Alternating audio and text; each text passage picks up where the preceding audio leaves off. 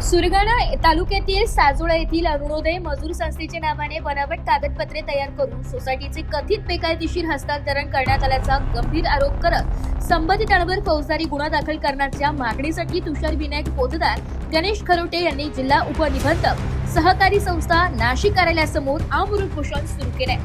उपोषणकर्त्यांनी दिलेल्या माहितीनुसार अरुणोदय मजूर संस्थेची खोटी कागदपत्रे तयार करण्यात आली असून मयत व्यक्तींच्या बनावट सह्या व अंगठ्यांचा वापर करून सोसायटीचे नामांतर व इतर प्रक्रिया पूर्ण करण्यात आल्याचा आरोप करण्यात आलाय।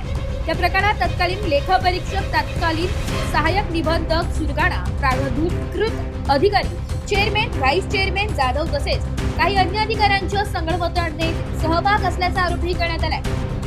या संपूर्ण प्रकरणाची सखोल चौकशी करून संबंधित सर्व अधिकारी व पदाधिकाऱ्यांवर तात्काळ फौजदारी गुन्हे दाखल करावे अशी मागणी उपोषणकर्त्यांनी केली। तसेच दोषींवर कठोर कारवाई होईपर्यंत उपोषण सुरू ठेवण्याचा इशाराही त्यांनी दिला। दरम्यान या प्रकरणामुळे सहकार क्षेत्रात खळबळ माजली असून जिल्हा उपनिबंधक कार्यालयाकडून याबाबत काय भूमिका घेतली जाते याकडे सर्वांचे लक्ष लागले।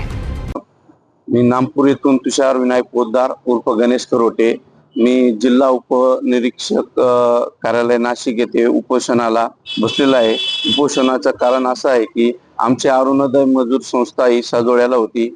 तिचे बनावटीकरण करून खोटे कागदपत्र करून त्यांनी परस्पर हातगडचे पोलीस पाटील पारस जाधव, नंतर जिल्हा परिषद सदस्य ज्योती गणेश जाधव, त्यानंतर तिथले तत्कालीन आपलं सहाय्यक निबंधक, त्यानंतर आपलं ऑडिटर यांनी संगमतांनी हे सर्व कागदपत्र चुकीचे करून त्यानंतर खोटे आमच्या सह्या करून मयत माणसांच्या खोट्या सह्या घेऊन ती परस्पर संस्था त्यांच्या नावावर करून घेतली।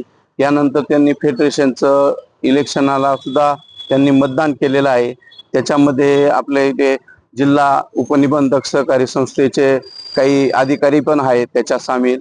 यांनी सर्व पैशांचा वापर करून आणि जे काही आता जी ज्योती गणेश जाधव जे आहेत हे जिल्हा परिषद माजी सदस्य आहेत, ते आपलं अजितदादा गटाचे आहेत।